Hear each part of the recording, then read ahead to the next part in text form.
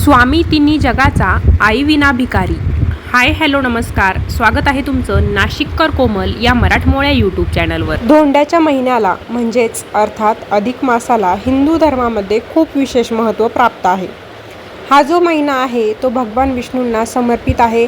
त्यामुळे या महिन्यामध्ये बरेचसे धार्मिक विधी, आध्यात्मिक साधना, भगवान विष्णूंची पूजा, आराधना, बरीचशी पारायणं केली जातात. तसेच धोंड्याच्या महिन्यात इतर जुन्या रूढी परंपरा देखील जपताना आपण बघतो. अधिक मास म्हटलं की आपल्या डोळ्यासमोर उभं राहतं ते म्हणजे लेकी जावयाचा मानपान, त्यांचं साग्रसंगीत जेवण. पण हा महिना फक्त लेक जावयासाठीच महत्त्वाचा नसतो, तर या महिन्यात ज्या सुवासिनी मुली असतात त्या आपल्या आईची ओटी भरतात. हे देखील खास कारण अधिक महिन्यात असतं. तर आजच्या व्हिडिओमध्ये आपण जाणून घेऊया की अधिक महिन्यात आईची ओटी का भरतात, कशी भरायची, आई नसेल तर काय करायचं, सासूची ओटी भरली तर चालते का, याबद्दलची सर्व माहिती आपण जाणून घेऊया. अधिक महिन्यामध्ये आईची ओटी भरण्याचं कारण काय असतं ते आपण बघूया. अधिक महिन्यात ज्या विवाहित मुली असतील त्यांनी आपल्या आईची ओटी भरण्यामागे काही धार्मिक आणि भावनिक कारणं देखील आहे.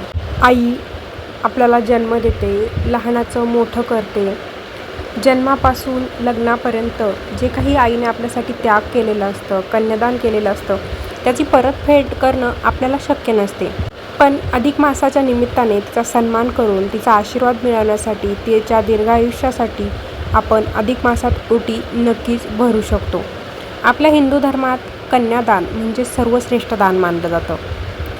आई आपल्या स्वतःच्या मुलीला आई-वडील दुसऱ्या कुटुंबात सुखी जीवन जगवण्यासाठी पाठवतात, यालाच कन्यादान म्हणतात. आणि या सर्वोच्च त्यागाबद्दल कृतज्ञता व्यक्त करायची असेल तर अधिक महिन्यात आईची ओटी भरून तिचा सन्मान केला जातो. अधिक महिना म्हणजे व्रतवैकल्य आणि दानांसाठी अत्यंत पवित्र मानला जातो. या काळामध्ये जर सौभाग्यवती मुलींनी आईची खणा नारळाने ओटी भरली तर आईच्या दीर्घायुष्यासाठी आणि उत्तम आरोग्यासाठी नक्कीच प्रार्थना होते. आणि हा एक आपल्या परंपरेचा भाग आहे. कोणत्याही विवाहित स्त्रीने आपल्या आईची किंवा स्त्रीची ओटी भरलेलं चालत नाही, असा एक संकेत आहे. कारण मुलगी स्वतःच्या आईच्या ओटीपोटातून जन्माला आलेली असते. पण केवळ अधिक महिन्यातच आपल्याला आईची ओटी भरायला मिळते. विशेष मुभा असते. ही एक आपली धार्मिक परंपरा आहे, आपल्या संस्कृतीने आपल्याला सांगितलेली आहे.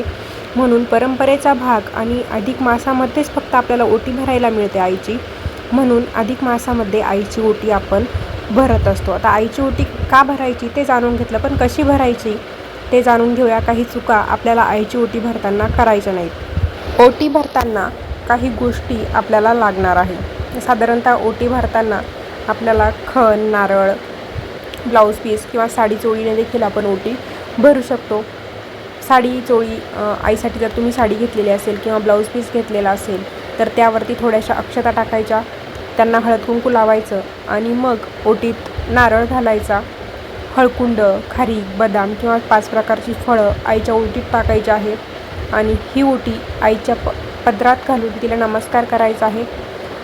या ज्या वस्तू असतात ओटीमधल्या, अक्षता असते, नारळ, हळकुंड, खारीक, बदाम किंवा 5 प्रकारच्या फळं असतील तर ते आपल्याला आईच्या ओटीत घालून नमस्कार करायचा आहे.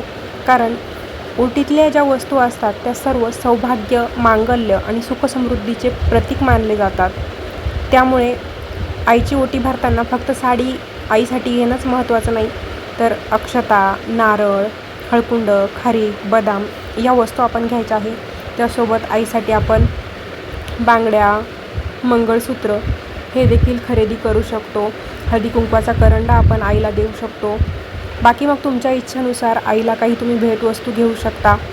पण काही बेसिक गोष्टी आहेत त्या आपल्याला आईची ओटी भरताना लागणार आहे. त्यामध्ये साडी किंवा ब्लाऊज पीस, अक्षता, खारीक, नारळ, बदाम, हळकुंड या वस्तू आपल्याला आईची ओटी भरण्यासाठी लागणार आहे. बाकी मग तुमच्या इच्छेनुसार तुम्ही आईसाठी भेटवस्तू घेऊ शकता. आता आईची ओटी कशी भरायची, कोणत्या वस्तू आपल्याला लागणार आहेत ते आपण जाणून घेतलं. तर आईची ओटी कधी भरायची, तर अधिक मासात प्रत्येक दिवस शुभ असतो. अधिक मास सुरू झाल्यापासून म्हणजे 17 मे ते 15 जून या कालावधीमध्ये तुम्ही कधीही आईची ओटी भरू शकता.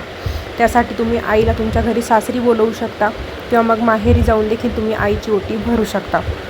आता एखाद्या महिलेचा प्रश्न असा असेल की ताई मला आई नाही, मग मी कोणाची ओटी भरू? सासूची ओटी भरली तर चालेल का? तर नाही, आपल्याला सासूची ओटी भरता येणार नाही. त्याचं कारण असं की आईची आणि सासूची ओटी आपल्याला भरताच येत नाही. फक्त अधिक महिन्यामध्येच आईची ओटी भरण्याला मुभा असते, पण सासूची ओटी आपल्याला भरता येणार नाही. कारण सासूने आपल्याला तिचा मुलगा आपला नवरा म्हणून दिलेला असतो. मग ती जर आपण सासूची ओटी भरली तर आपण ती ओटी परत केल्यासारखं असतं, म्हणून आपल्याला सासूची ओटी भरता येणार नाही.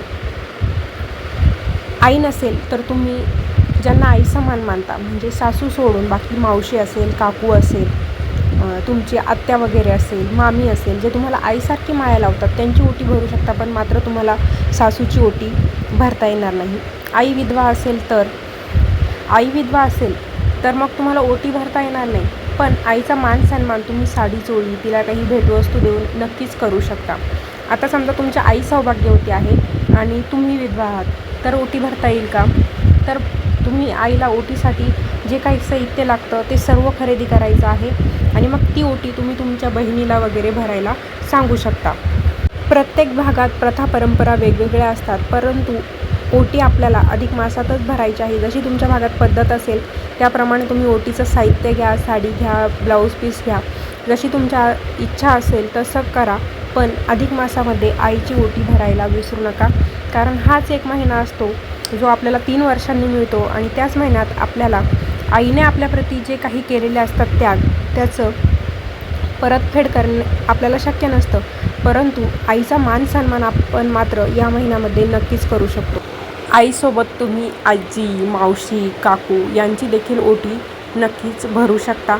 फक्त तुम्हाला सासूची ओटी भरता येणार नाही. सासूची ओटी का भरता येणार नाही याचं कारण मी तुम्हाला सांगितलं आहे व्हिडिओमध्ये.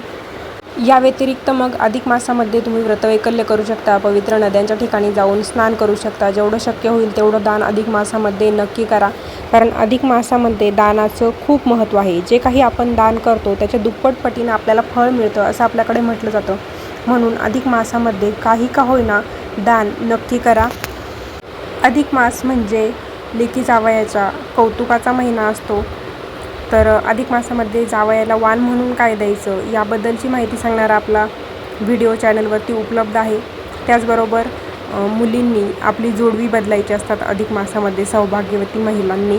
मग ती जोडवी बदलताना काय करायचं, कोणत्या चुका करायच्या नाही, ती जोडवी सासरी बदलायची की माहेरी बदलायची, हे जर जाणून घ्यायचं असेल तर आपल्या चॅनलवरती सविस्तर माहिती सांगणारे व्हिडिओ आहे. त्यांची लिंक मी हवं तर डिस्क्रिप्शन बॉक्समध्ये देते. तुम्ही व्हिडिओ नक्की बघा, म्हणजे जोडवी बदलताना कोणत्या चुका करायच्या नाही, जावयाला वाण म्हणून नक्की काय द्यायचं, किंवा अधिक मासात कोणत्या गोष्टी करायच्या नाही, काय टाळायचं, असे सगळे माहिती सांगणारे व्हिडिओ आपल्या चॅनलवरती मी एकामागे एक टाकलेले आहे. सर्व व्हिडिओ तुम्ही बघू शकता. तर मंडळी, असा होता आजचा व्हिडिओ. आजच्या व्हिडिओमध्ये आपण आईची ओटी भरताना कोणत्या चुका करायच्या नाही ते जाणून घेतलं. तुमच्याकडे अधिक मासामध्ये आणखी काही वेगळ्या परंपरा असतील तर त्या मला कमेंटद्वारे नक्की कळवा. व्हिडिओ बघत असताना कमेंटमध्ये मातृदेवो भव असं लिहायला विसरू नका. आजचा व्हिडिओ आवडला असेल तर व्हिडिओला लाईक करा, शेअर करा. चॅनलवर नवीन असाल, अजून चॅनलला सबस्क्राईब केलं नसेल तर धार्मिक, आध्यात्मिक तसेच सणावारांचे व्हिडिओ बघण्यासाठी आपल्या नाशिककर कोमल या यूट्यूब चॅनलला सबस्क्राईब करायला विसरू नका. त्या शेजारी बेल आयकॉन दिलेला आहे, त्याच्यावरती देखील क्लिक करा, म्हणजे नवनवीन व्हिडिओंचे अपडेट तुम्हाला नोटिफिकेशनद्वारे मिळतील आणि तुमच्याकडून आपल्या चॅनलवरचा एकही व्हिडिओ मिस होणार नाही. पुन्हा भेटूया अशाच एका नवीन व्हिडिओसोबत. धन्यवाद.